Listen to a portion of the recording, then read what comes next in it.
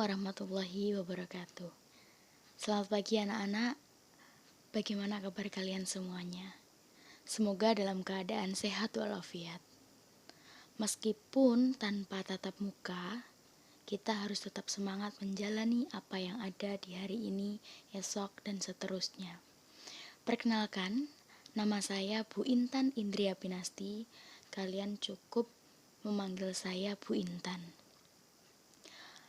Meskipun kita belum pernah tatap muka, saya harap pelajaran kali ini kita bisa enjoy, bisa senang, bisa mengikuti apa yang saya sampaikan ke depannya. Hari ini saya akan menyampaikan teks berita. Apa itu teks berita? Di materi pertama, kita akan belajar mengenai teks berita. Mungkin dari sebagian kalian sudah pernah mendengar apa itu yang dimaksud dengan teks berita. Karena teks berita sangat melekat dalam kehidupan kita sehari-hari. Berdasarkan penyampaiannya, berita itu dibagi menjadi dua. Yang pertama, berita disampaikan secara lisan dan berita disampaikan secara tertulis, yaitu dalam bentuk tulisan atau teks. Sekarang kita beranjak ke pengertian teks berita. Teks berita adalah teks yang melaporkan segala kejadian, peristiwa, atau informasi mengenai sesuatu berita yang telah maupun sedang terjadi. Teks berita disebarkan melalui berbagai media. Yang pertama disebarkan melalui televisi. Tentu saja kalian sudah paham di mana disiarkan berita di televisi. Saya ambil contoh, mungkin kalau di SCTV di Liputan 6, kalau di RCTI seputar Indonesia dan lain sebagainya. Yang kedua yaitu penyebarannya melalui radio. Di era sekarang tentu sebagian dari kalian sudah mulai meninggalkan radio karena terganti dengan mungkin internet di zaman sekarang. Tetapi di zaman dahulu kala radio adalah hal yang paling penting untuk penyebaran media informasi dan sarana informasi. Karena di zaman dahulu masih belum banyak yang mempunyai televisi.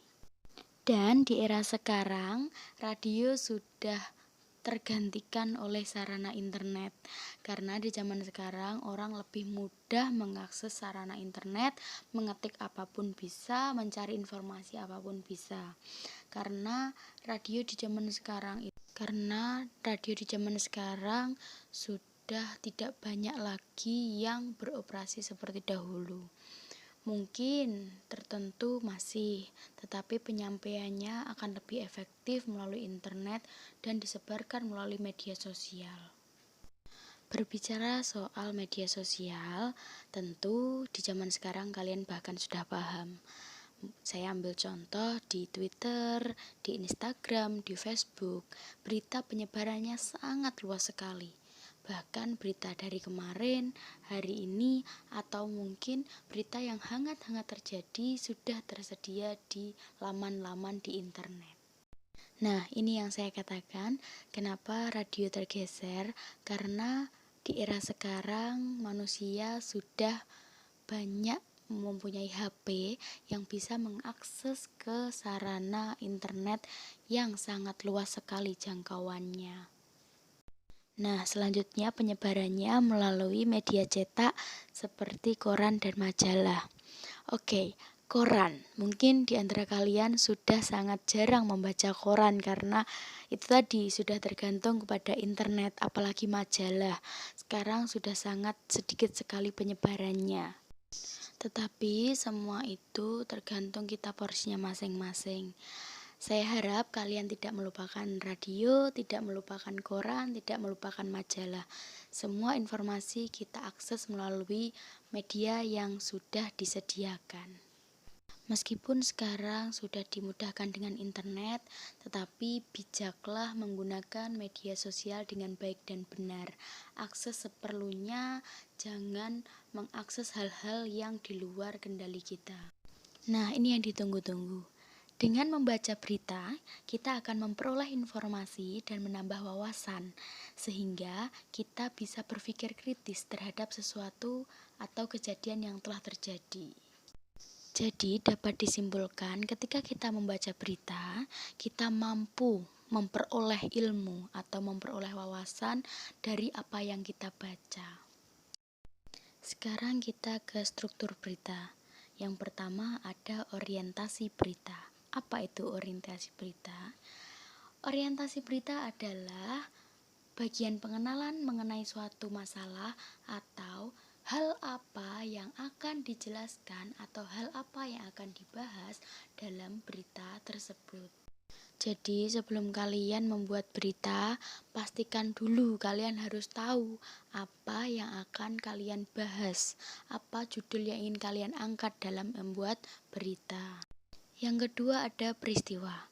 Peristiwa adalah bagian yang berisi permasalahan mengenai kejadian yang terdapat pada peristiwa atau hal yang ingin dibahas secara detail dan berurutan. Nah, di bagian ini kalian harus menjelaskan dari awal sampai akhir kejadian. Dan yang ketiga adalah sumber. Sumber adalah bagian yang berisi sebuah data atau informasi. Biasanya hal ini sumber terletak pada bagian awal atau akhir berita. Jadi dapat disimpulkan sumber adalah kalian harus mencantumkan hal yang ingin kalian tulis. Jadi dalam artian sumber itu harus jelas. Karena apa? Di berita kalau sumber itu tidak jelas, itu bisa terjadi sebuah permasalahan besar. Karena kenapa saya katakan bisa terjadi permasalahan besar, karena seorang reporter, sebut saja kalian pembuat berita itu adalah reporter kalau penyampaian beritanya secara asal-asalan, secara tidak jelas, kalian bisa dituntut. Jadi sampaikan berita secara apa adanya, terstruktur, detail, dan tahu cerita dari awal hingga akhir. Maka dari itu tugas kalian adalah apa?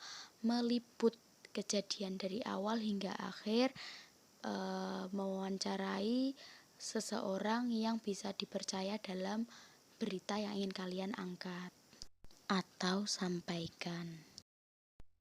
Dan ke materi terakhir di minggu ini, kita akan belajar tentang unsur-unsur berita.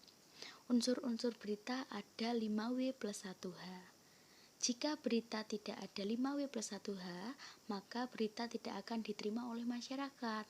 Kenapa? Karena unsur dalamnya tidak jelas atau tidak terstruktur. Kalau di dalam bahasa Indonesia, kita sering katakan adik simba. Sama saja, di bahasa Inggris ada 5W plus 1H. Apa itu?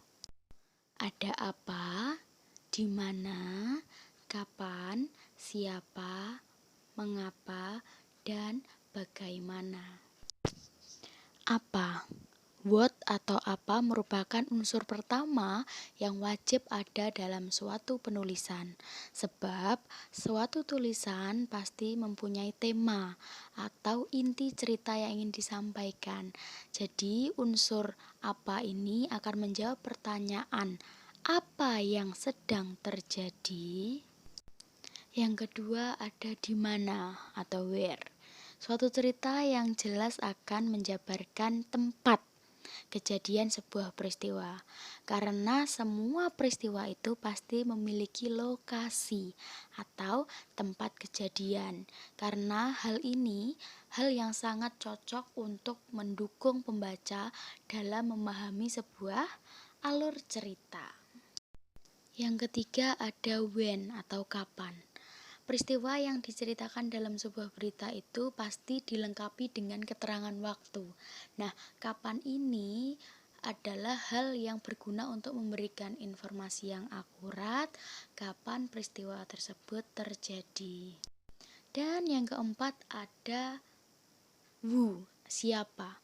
Jadi dalam sebuah berita itu pasti ada seseorang yang yang melakukan hal itu.